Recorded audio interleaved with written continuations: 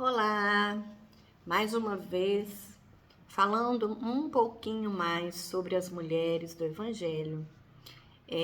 Não deixem de assistir o primeiro vídeo, o vídeo 1, porque no início a gente conversa um pouquinho sobre as características da sociedade que essas mulheres viviam, a tudo que elas eram submetidas, toda a pressão, toda a desvalorização, elas eram tratadas como seres inferiores.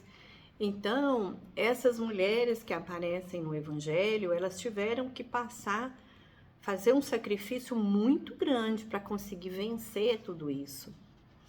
Jesus, maravilhosamente, ele chega bem em silêncio, respeitoso com as pessoas da época, com a cultura, com a forma, a religião das pessoas, mas ele vem devagarinho mostrando a todos que não existia diferença entre homens e mulheres, que todos eram irmãos. Mas em momento algum, Jesus causou qualquer problema em relação às mulheres perante a sociedade e aos outros homens. Ele faz tudo com muita delicadeza, com muita força e traz a valorização das mulheres na sua caminhada. Hoje a gente vai conversar um pouco sobre Joana de Cusa. E Joana foi muito importante, foi uma pessoa muito importante durante esse período de Jesus. Ela era esposa de um intendente de Herodes, então ela era uma mulher de posses, eles tinham uma posição social reconhecida, então ela tinha muitos criados e ela tinha um estilo de vida totalmente diferente. E ela, sendo casada com esse intendente de Herodes, ela tinha passagem, de certa forma, livre em muitos lugares. Ela tinha acessos e contatos com outras pessoas do governo, inclusive, e isso, de certa maneira, ajudava. Ela foi uma das que ajudaram e muito quando João Batista foi preso, né? E logo depois ele foi degolado, então, decapitado, na verdade, né? E Joana, ela ouvindo a pregação de Jesus, ela tinha um coração muito sereno, muito puro, sempre foi uma pessoa muito boa, um espírito elevado. Então, ela é atraída pelos ensinamentos de Jesus, né? E ela sempre procurava se vestir com muita discrição quando ela saía para ouvir as pregações de Jesus. E dessa maneira, com discrição, ela também podia ajudar nesses trabalhos que Jesus fazia, porque ela também ajudava financeiramente, né? Pelas dificuldades para poder manter os trabalhos de Jesus, as viagens. Então, ela foi muito importante, além da sua fé, da sua dedicação, ela foi uma pessoa importante na época. E Joana de Cusa, ela tinha uma tristeza interior, ela tinha uma insatisfação interior que ela não conseguia explicar. Ela era casada com esse intendente que se chamava Cusa, daí vem o nome, Joana de Cusa. Era Joana, esposa de Cusa, Joana de Cusa. E Joana, como ela possuía uma fé muito grande, tinha um coração muito delicado, ela se incomodava com o comportamento do marido, né? Que para agradar a muitos, porque ele tinha que ser político, ora ele ia ao templo de Jerusalém, ora ele participava dos sacrifícios aos deuses, e isso a incomodava muito. E ele tinha que fazer isso para manter a parte social de que ele tinha, né? E Joana, ela tentava mostrar a ele esse outro lado, a importância de cuidar do espírito, de seguir apenas uma religião, né? Um conhecimento que estava sendo adquirido naquela época e não ficar, né, vai para um lado e vai para o outro. E ela tinha a alma atormentada, ela era frágil e ela queria passar isso para a Cusa. E um dia ela consegue conversar com Jesus. E ela fala para ele sobre tudo isso, por que ela se sentia daquele jeito. E ela queria saber como ela conseguiria conversar com Deus, de que forma ela poderia é, ser ouvida, ser entendida. E aí Jesus fala para ela que só há um Deus, que é o nosso Pai. E só existe uma fé para as nossas relações de amor. Todos os templos da terra são de pedra. E aí ele fala: eu venho em nome de Deus abrir o templo da fé viva no coração dos homens. E Jesus mostra para ela então que Deus está em todo lugar, em todo tempo, e que esse templo ele está dentro de cada um de nós. E Joana, depois da conversa com Jesus, né, com o coração mais aliviado, ela volta para casa e quando ela sai, Jesus fala para ela: vai, filha, ser fiel. E aí ela se volta para si mesma, né, tentando entender o que Jesus queria passar para ela.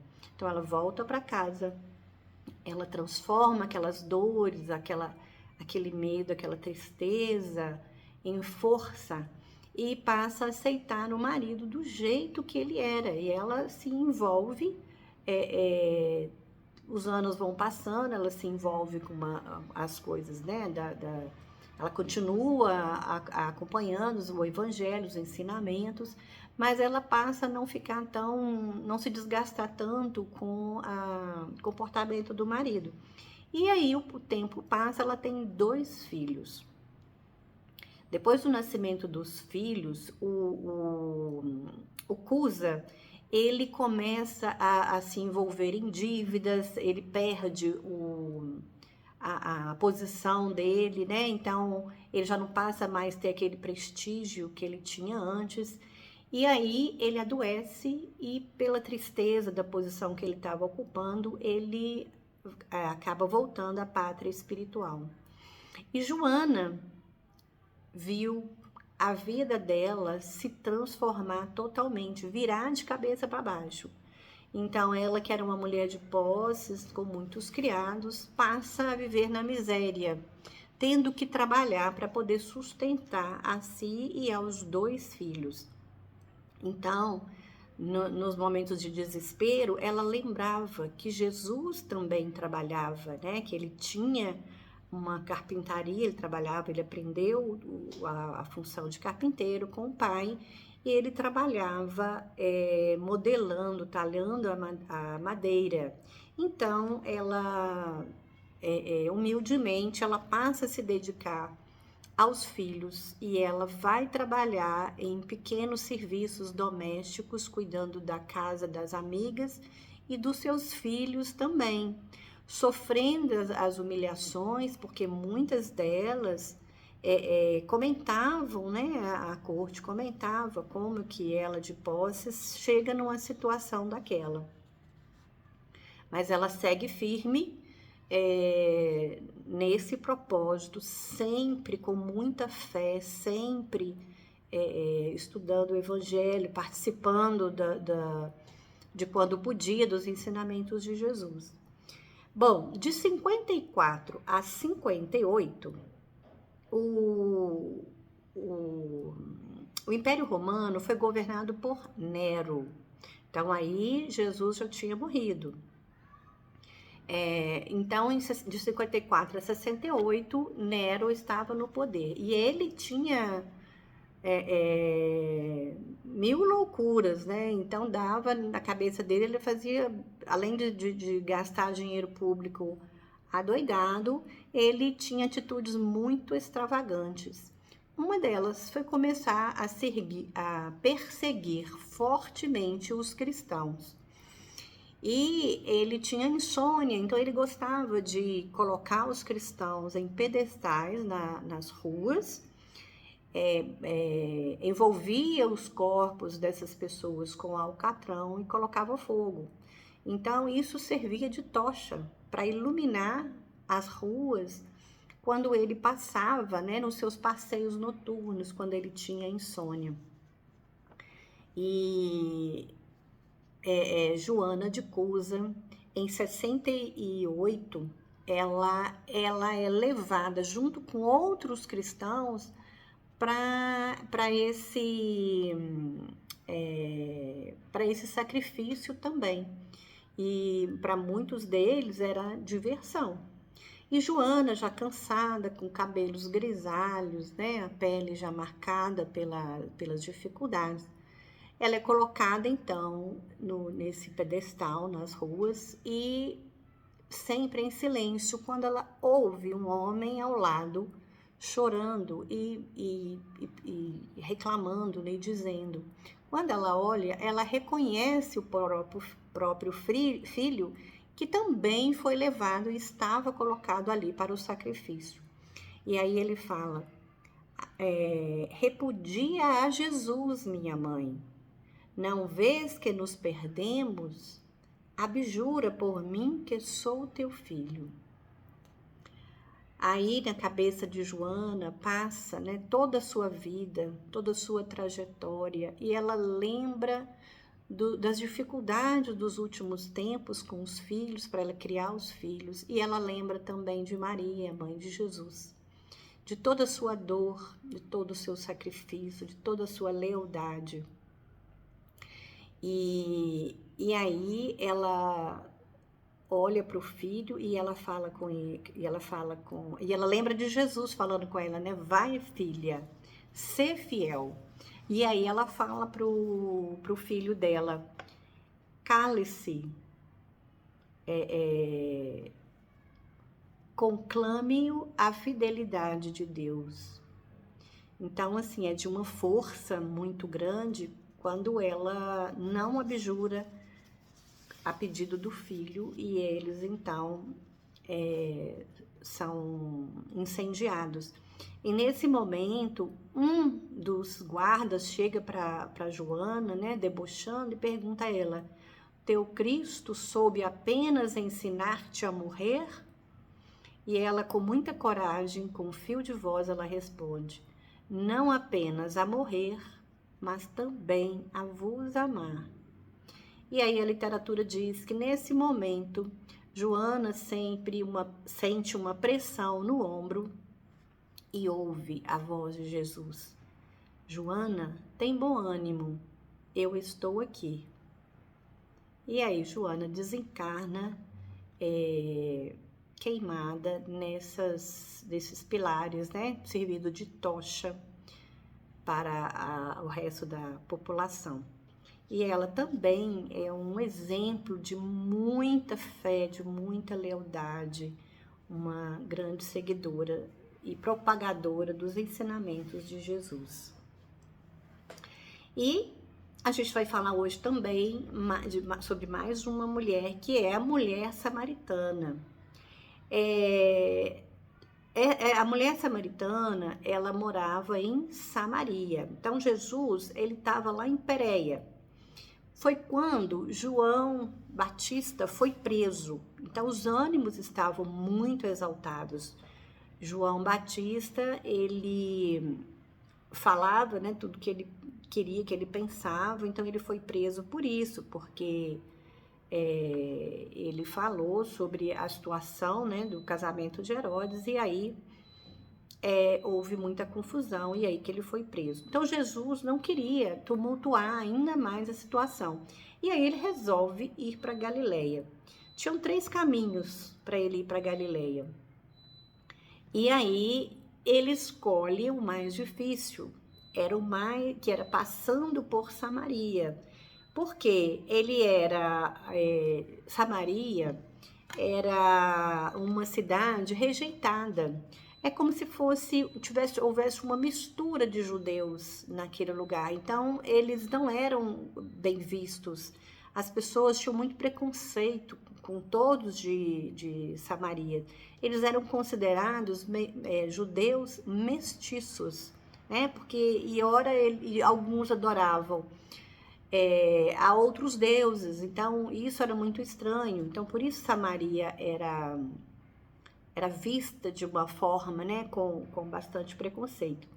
Mas ele escolhe esse caminho e os apóstolos até comentam com ele, né, mas aí ele insiste e vai por este caminho.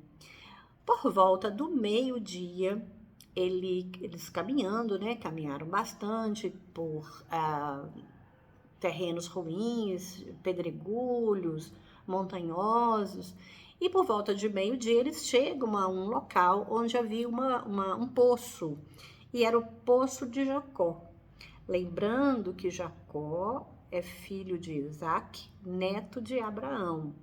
Então Jacó e seus filhos, eles constroem esse poço. Quando chegam lá, Jesus decide ficar ali e fala para os apóstolos que eles seguissem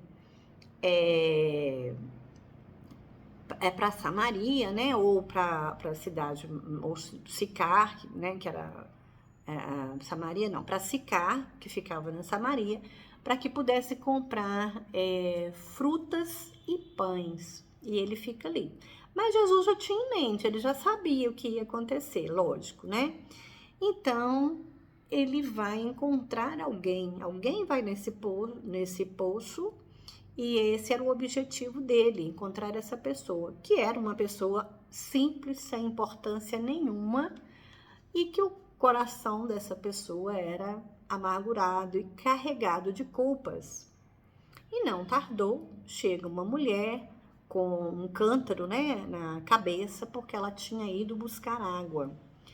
E ela chega, ela dá de cara com um judeu e ela reconhece logo pelas características, pela roupa, ela percebe que é judeu. Aí já começa a estranhar, porque as mulheres não podiam conversar com homens, né, outros homens, os homens não podiam dirigir a palavra a ela, ele era um estranho, ele era um judeu.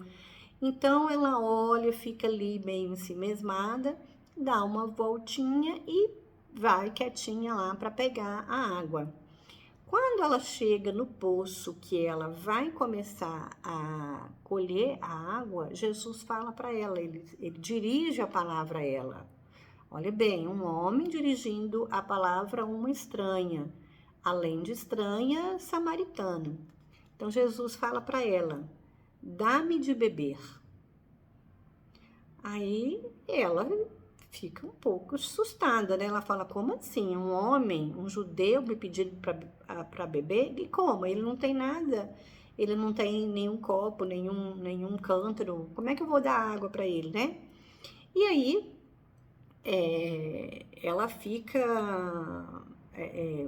né, assim, meio parada, mas ela responde para ele, depois de alguns segundos ela fala, como que um judeu me pede de beber a mim, que sou uma mulher samaritana? E aí Jesus fala para ela, se soubesses, se conhecesses o dom de Deus e quem é que te diz, dá-me de beber, tu lhe pedirias e ele te daria água viva. Aí ela para pensar, né? Como é que alguém que não consegue nem tirar a água do poço vai dar água para alguém? E aí ele fala para ela, né, que essa água é a água viva. E é uma água que descedenta toda a humanidade. E na cabeça dela passa toda uma vida sofrida, uma vida de desgastes. Ela era uma mulher que era voltada aos prazeres, né? Então, esse homem com quem ela vivia não era o marido dela, ela já tinha tido outros maridos anteriores. Ela tinha que ir ao meio-dia buscar água, porque ela não era bem-vinda com as outras mulheres. As outras mulheres iam cedinho. Ela ia ao meio-dia para evitar esse encontro, para não ter nenhum transtorno. Então, tudo isso passa na cabeça dela, né? E ela queria muito matar essa sede que ela tinha interior, essa dor que ela sentia, essa culpa. E ela queria paz, tranquilidade. Então ela fala para ele: dá-me dessa água, Senhor. E Jesus fala para ela: vá e traga seu marido. E aí ela baixa a cabeça, pensa em tudo que já passou na vida dela, com muita vergonha e tristeza, e ela fala: não tenho marido. Então, Jesus já sabia de tudo. E aí ele confirma que ela já tivera 5 maridos, que o homem com quem ela vivia não era marido dela. E nisso, quando Jesus fala isso, pronto, ele conquistou a mulher, porque ela pensa assim, não, ele é um mago, um anjo, um adivinho, não sei, né? Alguma coisa diferente esse homem tem. Como é que ele sabe da minha vida? Se ele nunca me viu antes, né? E aí ela o reconhece como um profeta. E com né, a cabeça rodando numa euforia, numa alegria danada, ela deseja aproveitar o tempo que ela tinha para poder conversar com Jesus. E ela queria saber qual que era o local correto onde ela poderia adorar a Deus. Que lugar era esse? Aí Jesus fala para ela: acredite-me, Senhora, virá a hora em que adorareis ao Pai, não já neste monte, nem em Jerusalém, mas em espírito e em verdade. Pois Deus é espírito, e os que o adoram em espírito e verdade é que devem adorá-lo. E assim Jesus mostra para ela que Deus ama todos por igual, que todos são iguais perante Deus, que não existe uma casta, não existe uma religião, não existe um templo específico, um local, né? Que Deus era tudo e Ele estava em tudo e em todos, né? E ela, um pouco sem entender, pelo pouco entendimento que ela tinha, ela responde: bem sei que quando vier o Messias, nos há de revelar todas as coisas. Então, ela achou que Jesus era um profeta e ela fala para ele que eles ainda estavam esperando a chegada do Messias. E aí Jesus, de forma direta, ele fala para ela: eu o sou. Então, ele confirma para ela que ele era o Messias. Eu que falo contigo. E essa informação, quando ele falou isso, ela explode, né, de alegria, um misto de não sei, de muita alegria, de muito entusiasmo, assim, tudo muito bom, né? E ela sai gritando, esquece o cântaro que ela tinha ido pegar água para trás e vai em direção a Sicar contar para as outras pessoas.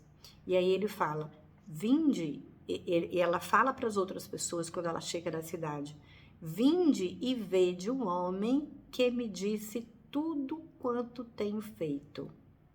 Porventura não é este o Cristo? E aí as pessoas, né, com muita curiosidade, começam a espiar pelas portas, pelas janelas, a conversa passa de um para outro, e aí as pessoas vão procurar esse profeta, né, o Messias. E então eles sentam junto de Jesus e vão conversar com eles. Então Jesus, que era para ficar algumas horas apenas lá no poço, ele passa 2 dias na cidade de Jacó. Quando os discípulos chegam lá no poço, né, que ele estava esperando os discípulos e leva as compras, Jesus agradece, não se serve e fala que a sua comida é fazer a vontade daquele que o enviou, que é fazer a vontade do Pai. E Jesus ficando lá, né, 2 dias, ele faz as pregações, dá os ensinamentos, E no terceiro dia ele se despede. E aí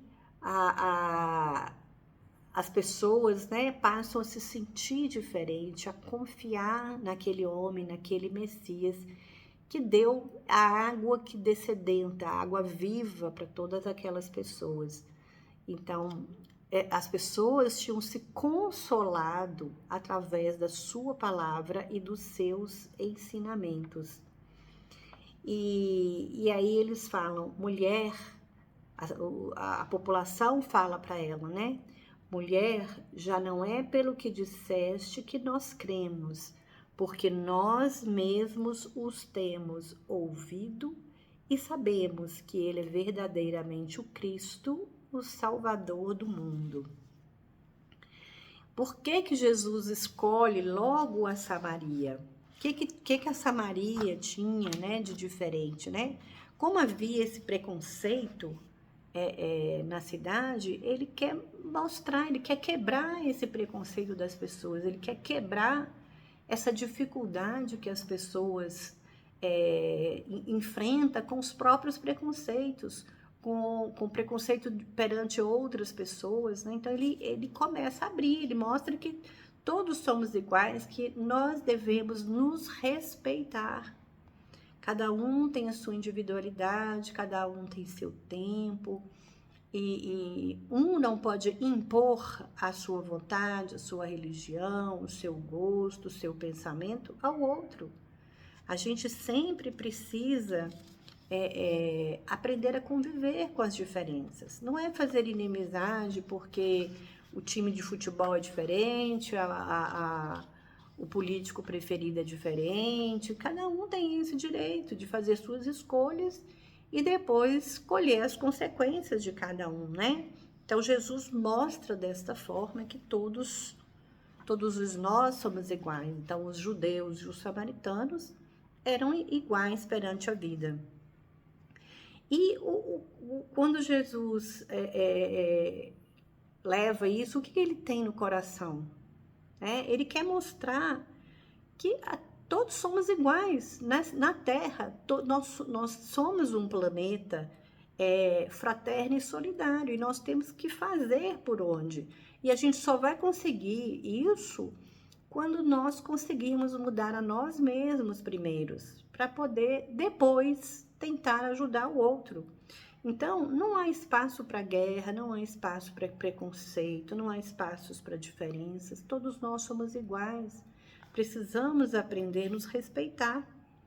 E ele mostra, quando ele conversa com a mulher samaritana, uma relação de intimidade com aquela mulher, então com aquele ser, com aquele espírito. Então, existe essa relação de intimidade com todos nós.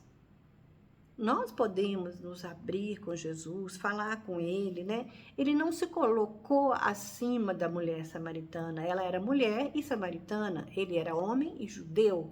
Então, ele poderia se colocar numa posição superior, mas não. Ele se coloca em igualdade. E ele quer que a gente também faça isso com os nossos irmãos, né? Que a gente possa caminhar com todos, né? Em condição de igualdade. Não há melhor e nem há pior. Todos nós somos iguais. A mulher samaritana, ela não move, ela não vira o rosto para Jesus. Ela aceita Jesus, porque ela poderia ter ficado com medo, ela poderia ter corrido, ela poderia ter ido embora, né? Mas ela aceita aquele socorro espiritual. Ela sentiu algo diferente, porque ela sentiu também que aquilo que ela sentia dentro, espiritualmente falando, não fazia bem a ela, não era aquilo que estava trazendo o crescimento, não é isso que estava valorizando o seu espírito, né? Então, ela quer mudança, ela quer transformação. E aí, ela aceita beber essa água viva. E quando ele pede a água, Maria, para a mulher samaritana, é interessante porque ele se coloca no mesmo nível dela. E aí ele mostra que todos os problemas dela podem ser resolvidos com a nova postura, com essa nova transformação.